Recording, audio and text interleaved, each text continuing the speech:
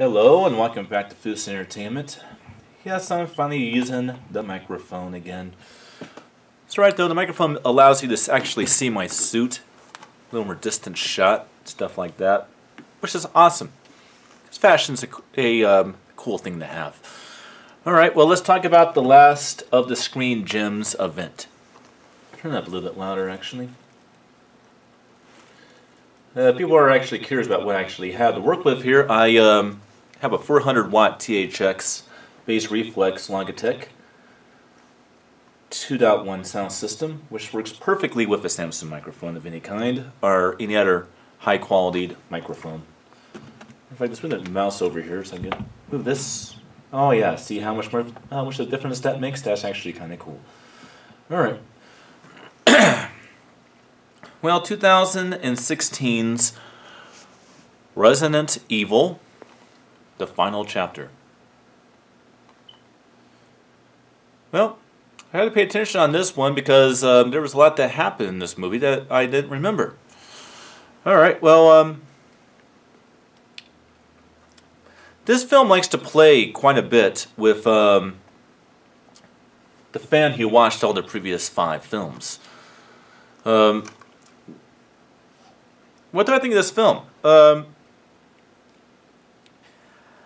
I'll be honest with you, this film, I'm kind of happy I didn't go to the movie theaters to watch this because at this point in time, Resident Evil films have become too commercial and too stereotypic for my liking. So not seeing this one in theaters is actually probably a good thing.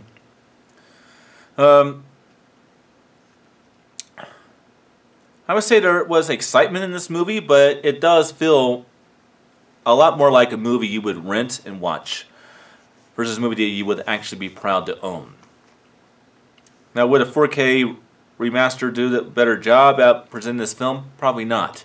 It has a lot to do with the cinematography of the film, how the movie was filmed and stuff like that. There are things about, you know what, give me a second here, people. This might be a little cooler to do. Doesn't let me do it. Oh, come on, you. Never mind, it's not gonna... Oh, maybe I have to do this. There we are. Thank you. I just want a little bit. Alright, little technical difficulties. You know what, that's actually okay, though. Because you can still see me quite well, but this is a little bit better in some ways. Some ways not, but might be able to fix that. Ah, perfect. And it's not the same as it was earlier. This has a lot of shaky cam in it. That's one of the things that people talked about a lot in this film was the shaky cam problems. In shaky cam problems, the problems that they have a little bit is things will happen like one of the main characters gets killed in the movie, or one of the characters we're supposed to root for gets killed, and we don't even know this because it's so shaky. You can't really notice it. That's certainly the case with this one. But is this film better than the last film? Yes, it is. The story's a lot less commercial than the last film. Retribution really was the low end of them. Despite the 3D. So let's talk about the plot real quick, because you know how limited we are on these reviews these days. Alright, the plot. Taking place again a not for sure known amount of time after the last movie. Alice has been betrayed by Albert Wetzler. He was our main villain in the last 2 films. We find out that Dr. Isaacs from Resident Evil Extinction is not dead, but he has clones of himself. And after a battle with some flying creature, you know, flying zombie creature, Alice gets captured by Dr. Isaacs. Whether or not he's a clone or a real thing, we don't really know. That was never answered. She escapes. And she finds out from the Red Queen herself, the artificial intelligence that runs all of this, that Dr. Isaacs wants to wipe out all of mankind that remains, and that there's actually an airborne cure to the vampire pandemic that has Sweep the Globe, so she can literally cure everybody and kill all the infected so that humanity can flourish and pick up the pieces and move on. But she has to go back to the hive, the laboratory in which she came from in the first movie. She gets captured by rebels, and we find out something that I forgot, because I only seen this movie one time except for last night when I watched it.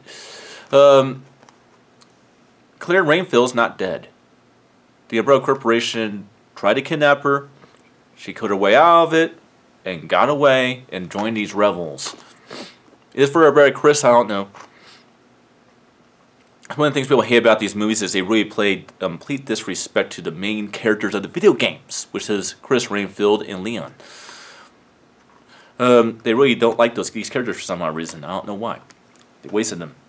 But she teams up with Alice, and they go back to the hive with a few pointless characters that get killed off very quickly with shaky cam over the place.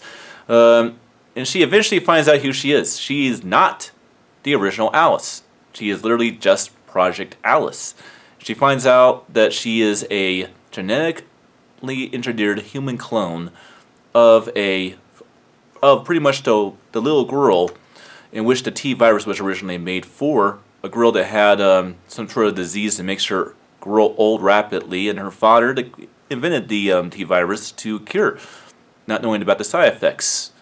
And that the backstory of the T virus is when he figured out what side effects are, that, you know, it turns people into zombies, he tried to shut it down, and Dr. Isaacs killed him and adopted the child.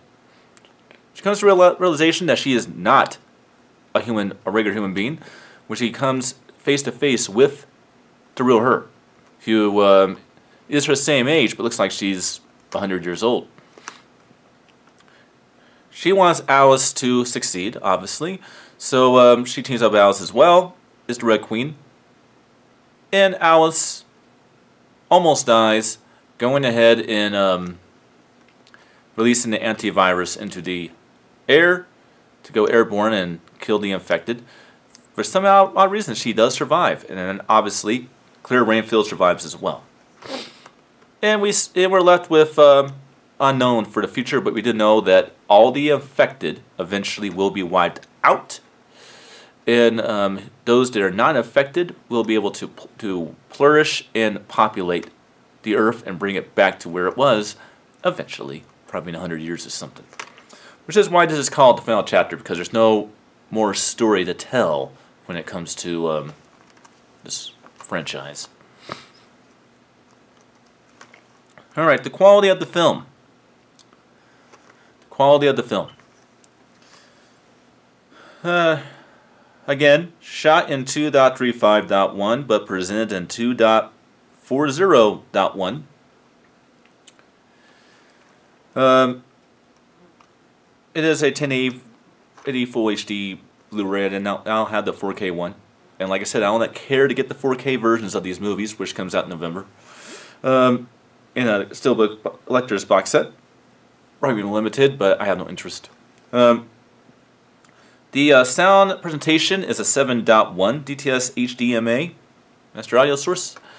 This one is not as good as Underworld Awakening 7.1 DTS HDMA sound presentation, but it does pack a pretty good punch. There are points in the film where if you do have people in your house, they're sleeping, you might want to turn it down by 3, 4, or 5 knots.